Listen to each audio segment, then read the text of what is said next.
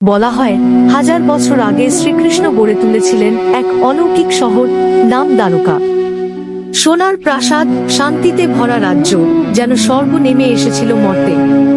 কিন্তু কুরুক্ষেত্র যুদ্ধের পর গান্ধারী নিজের পুত্র হারিয়ে শোকে কাতর হয়ে কৃষ্ণকে অভিশাপ দেন।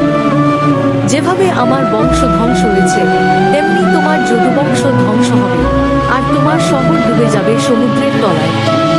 বছর কয়েক পর যাদবরা এক উৎসবে মদ্যপ অবস্থায় নিজেদের মধ্যেই ভয়ানক যুদ্ধে জড়িয়ে পড়ে। ভাই ভাইকে হত্যা করে রক্তে ভেসে যায় দ্বারকার পথঘাট শেষে। শ্রীকৃষ্ণ ও বলরাম পৃথিবী ত্যাগ করে। তাঁদের বিদায়ের পরই সমুদ্র তাণ্ডব শুরু করে, আর মুহূর্তের মধ্যেই সোনার শহর দ্বারকা তলিয়ে যায় গভীর সাগরে। আজও সমুদ্রের নিচে লুকিয়ে আছে সেই রহস্যময় দ্বারকার ধ্বংসাবশেষ, যেন সময় থেমে আছে কৃষ্ণের রাজ্যের অপেক্ষায়।